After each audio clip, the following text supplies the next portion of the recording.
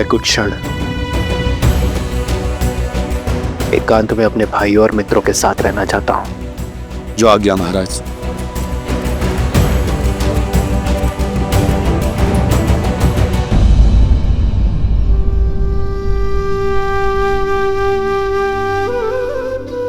लक्ष्मण, लक्ष्मण उठो। स्मरण रहे लक्ष्मण कि उन बालकों को कोई हानि नहीं होनी चाहिए। बालकों को हानि पहुंचाकर अयोध्या की सेना केवल लज्जित ही होगी। जो आज्ञा भैया। मेरे कथन का मान रखने के लिए तुमने अपने प्राण संकट में डाल दिए लक्ष्मण। उनका रक्त ना बहे इसलिए अपनी सुध खो बैठे।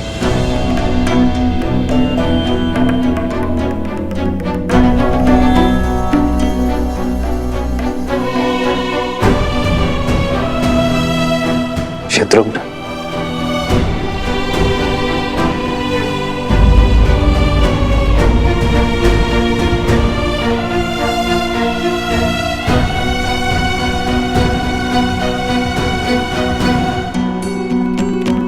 जय श्री राम।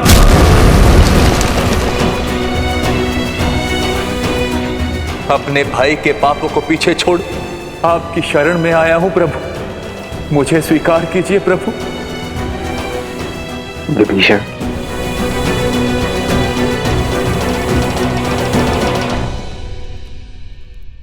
मैं महाराज दशरथ का पुत्र ये प्रण लेता हूं कि अपने मित्र सुग्रीव को उसका राज, उसकी पत्नी और उसका सम्मान अवश्य लौटाऊंगा।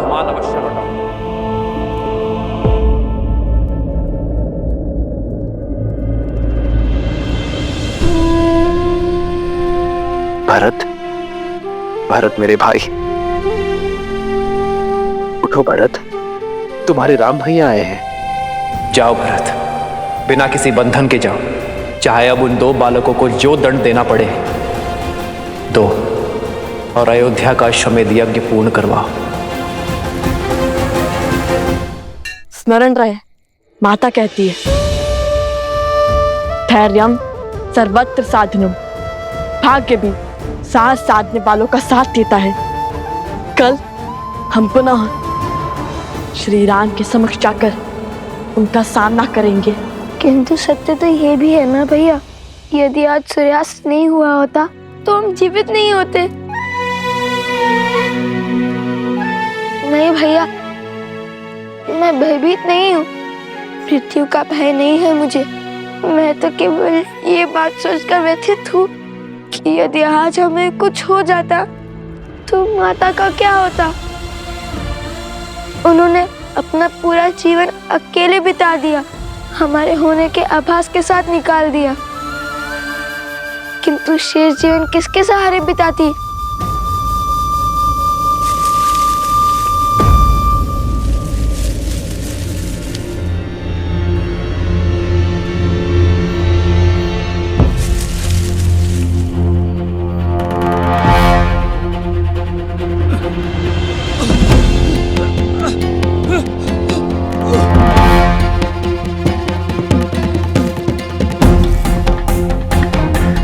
ऋषिवर,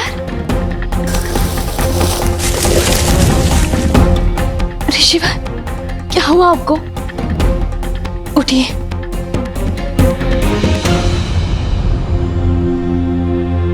हे देवी, सहायता कीजिए। कुछ असुरों ने हमारे आश्रम में घुसकर हमारे सभी साधु संतों को बंधक बना लिया है, और जब मैं भागने लगा तो मुझ पर प्रहार कर दिया और इस दिशा में भेज दिया। किसी वन देवी को यह संदेश देने को कहा। वो कह रहे थे कि वन देवी उन्हें ढूंढ रही है और वो वहीं हमारे आश्रम में वन देवी की प्रतीक्षा करें।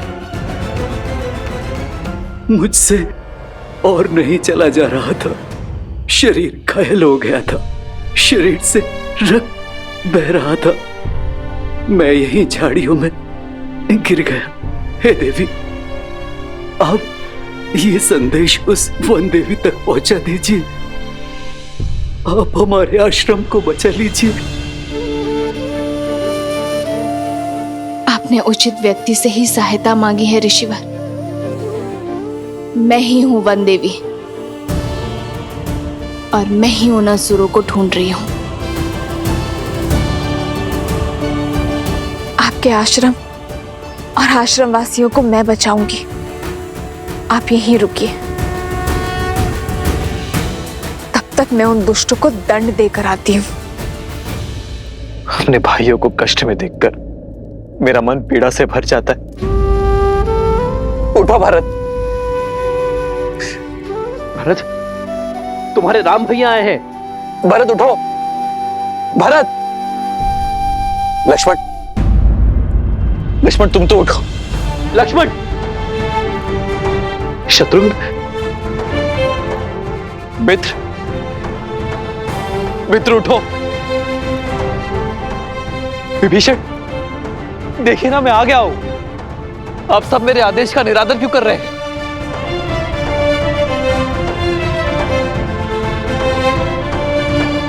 अब सब शुभ होगा।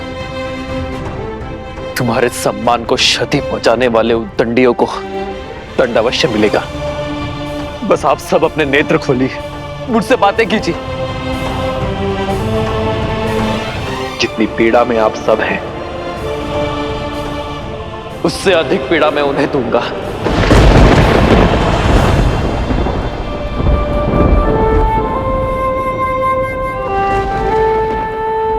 महाराज के स्वर में इतनी पीड़ा, चलकर देखना चाहिए।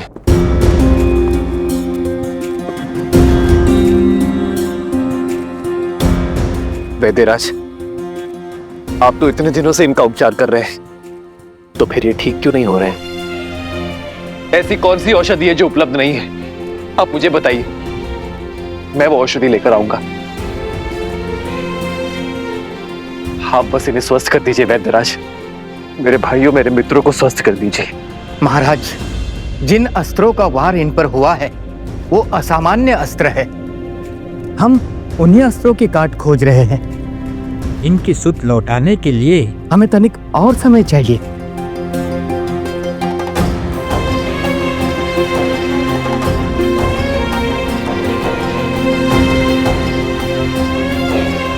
लक्ष्मण,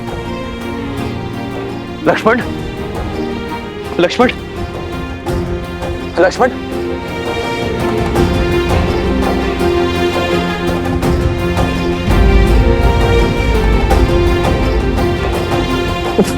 भरत,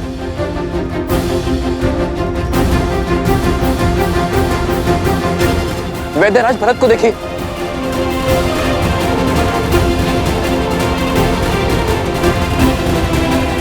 उपवैद्य, सभी जड़ी बूटियां अति शीघ्र ले आओ। इसी क्षण हमें इनके प्राण बचाने होंगे, अन्यथा अनर्थ हो जाएगा।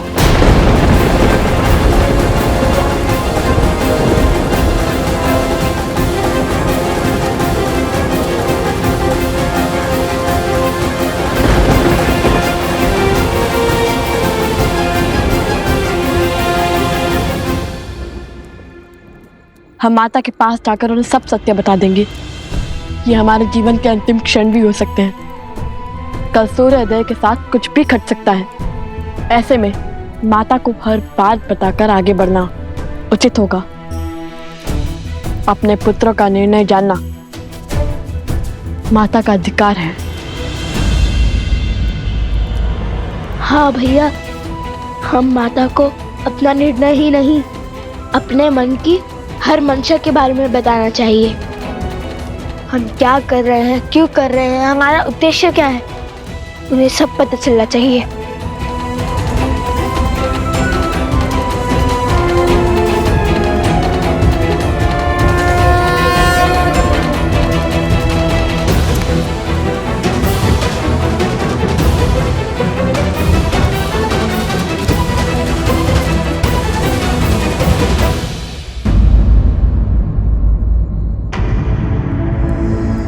आओ सीता, भीतर आओ। वनदेवी, मुझे परिचय की क्या आवश्यकता है? पुराना शत्रु हूं तुम्हारा। ये स्वर, ये कंपन, तुम तुम वही हो ना जो स्वयं को मेरा परम शत्रु कहता है, और भेड़िए के वेश में भी तुम ही ने प्रहार किया था ना?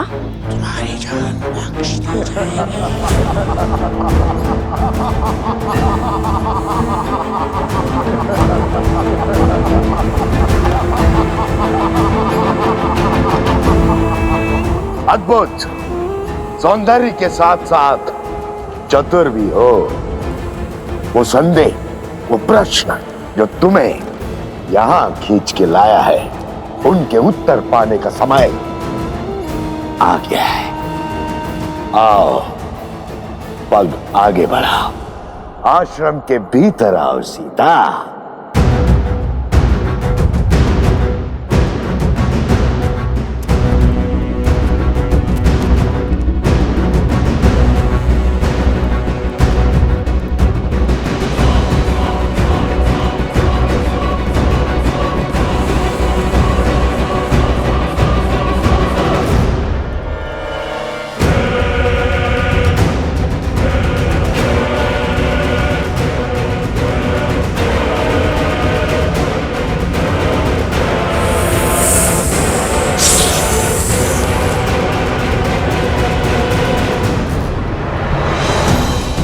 माता, माता, माता, माता।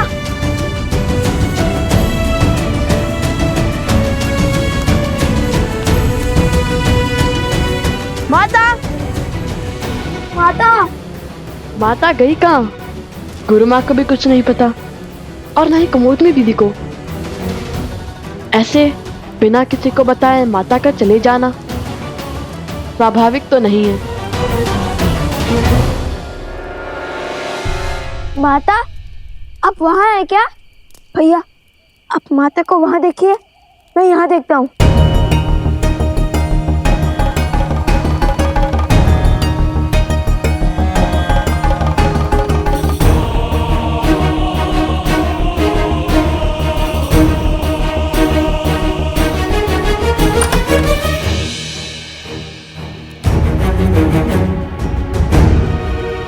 लव, कुश, क्या हुआ? इतने चिंतित क्यों लग रहे हो? आपने माता को कोई देखा?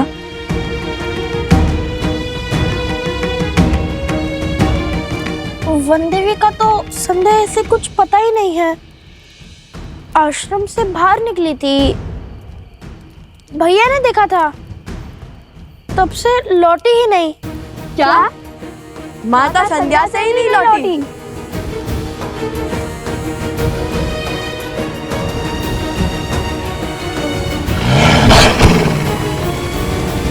अपने द्वंद में हम इतने व्यस्त हो गए कि माता की विपत्ति से विमुख ही हो गए। नहीं भैया, हमारे होते हुए हमारी माता पर विपत्ति आ जाए तो हमारे जीवन का क्या अर्थ, हमारे श्वासों का क्या लाभ? चलिए चलकर माता को खोजते हैं। रुको, वन देवी का आदेश है कि कोई भी आश्रम से बाहर नहीं जाएगा। हमें उनके लौटने की प्रतीक्षा करनी होगी। माता का आदेश और माता की रक्षा में से यदि हमें कुछ भी चयन करना पड़े, भले ही माता का आदेश भंग करने का पाप क्यों ना लगे, हम उनकी रक्षा करना चुनेंगे। माता के प्राण संकट में हैं और आप उनके पुत्र से प्रतीक्षा की परीक्षा ले रहे हैं। बताइए, कब तक करेंगे प्रतीक्षा? किसी अनिष्ट की सूचना आने तक या माता को खो देने तक? नहीं, लव कुश कायर नहीं। हम जा रहे हैं अपनी माता को खोजने।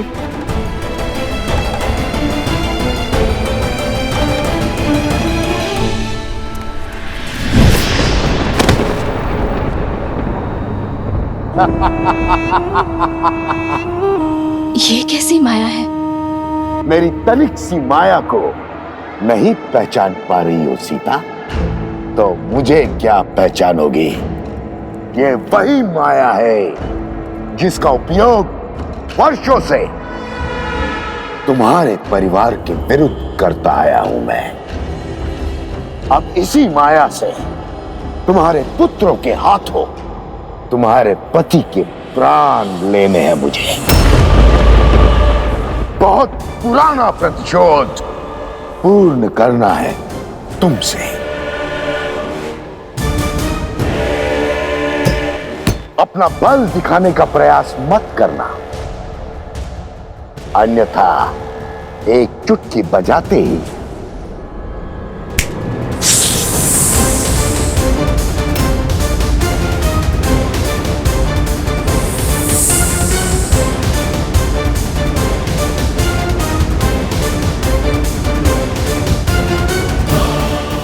नहीं, ब्राह्मण हत्या महापाप है। मत करो ये ब्रह्म हत्या।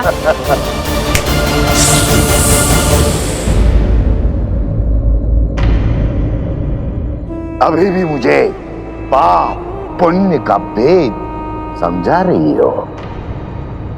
ज्ञान देते देते दाव खेल जाना आता है तुम्हें, परंतु आज यदि तुमने कोई भी खेल खेला, कोई भी दुस्साहस दिखाने का प्रयास किया, तो जिस रघुकुल ने सदा साधु संतों की रक्षा की है, उसी रघुकुल की पुत्र वधू इन साधुओं की मृत्यु का कारण बनेगी।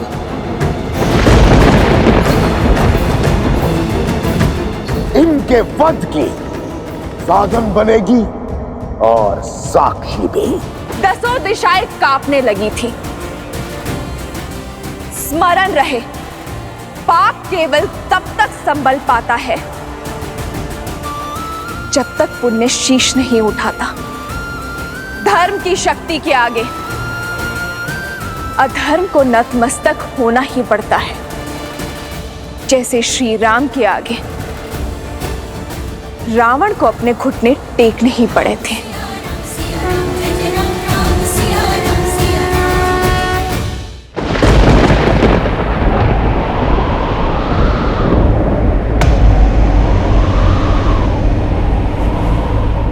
वो दशानंद रावण था, किंतु मैं सहस्त्रमुख रावण हूं।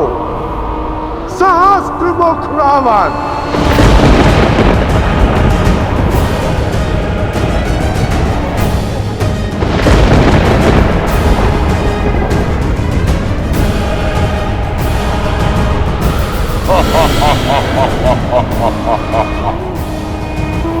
जिसकी हार का विस्तार से ज्ञान दे रही हो, उसी लंकापति दशानंद रावण का बड़ा भाई हूं मैं। सहस्त्रमुख रावण।